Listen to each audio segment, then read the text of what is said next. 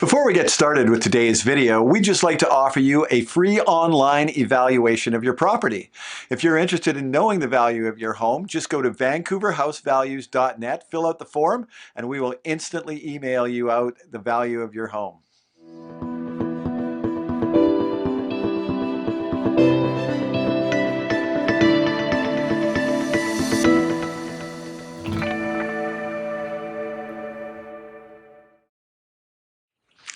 Quick reminder before we get started today, if you get any value from these videos and enjoy them, if you're watching it on YouTube, please either make a comment, subscribe to our channel, click the thumbs up, same with on Facebook. We always are appreciative of your comments. So the most common question that I'm being asked when I speak to people these days is, why has the Greater Vancouver real estate market not crashed?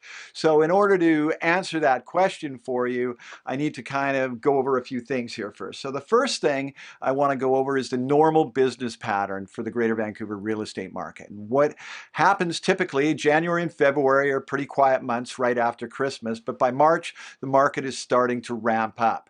The spring market will be pretty busy, typically from the middle of March to from the beginning of March to the middle of June, beginning of June in that area. And then what will happen is it'll slow down for the summer and then typically pick up again after Labor Day, stay busy again till the middle of December, and then follow the same pattern again. But what happened this year was completely different.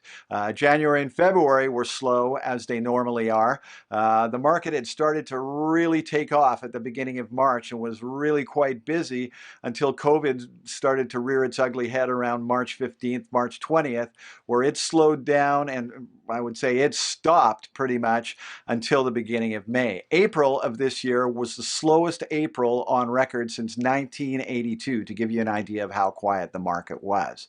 So then what happened since May 1st is the market's picked up again, and the statistics reflect that we are in a seller's market in Vancouver.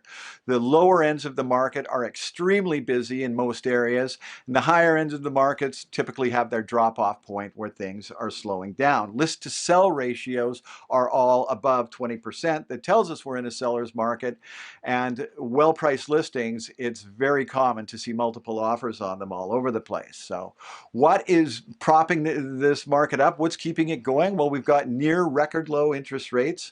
We always seem to have a housing shortage in the GVRD, which props prices up. Population growth in non-COVID years, we're seeing an average 40,000 people per year coming to the Lower Mainland. Who knows what those statistics will be this year? And as I've said a million times, we're in a landlocked city. There's nowhere to add on. You can't go north because of the mountains. You can't go south for obvious reasons. You can't go west because you'll hit water. Used to be we would go east, but there's no land. All of the land that you'll see when you get further out, 99% of it is in the agricultural land reserve. So what's the outlook for the rest of the year going to be? Well, for starters, I think if anybody tells you that they know what's going to happen, how would they know? We're in uncharted waters. There's nothing to go back and refer it to. So many different things will affect the market as we get later into the year. It almost feels like everyone around here thinks COVID's over, and that the real estate market also, the effects that COVID had on the real estate market are over. And I don't know that I'm 100% in agreement with that. There's things that could rear their ugly heads later in the year, such as the mortgage deferral program for people that are deferring their payments. How many people are doing that? Will they be able to make their payments later in the year? The government, all the things that we've done to artificially keep the economy rolling along, and the government have done the necessary things to support us. What are the long-term effects of that going to be later in the year when we get closer? So if anybody tells you what they think, that they know what things are going to look like, I would question that. Here's what I do know, though. Here are the things that over the past 25 years, I want to give you an example of if you had purchased a home on the east side of Vancouver in 1995. The reason I'm going to use this as an example, because in June of 1995, the East Vancouver real estate market was sliding downwards. It wasn't tanking, but between 1994 and 2001, we had about a 15 to 20% decline in housing prices on the east side, and for most of the market in general. So let's say that you were paying $1,600 a month rent before you bought your home.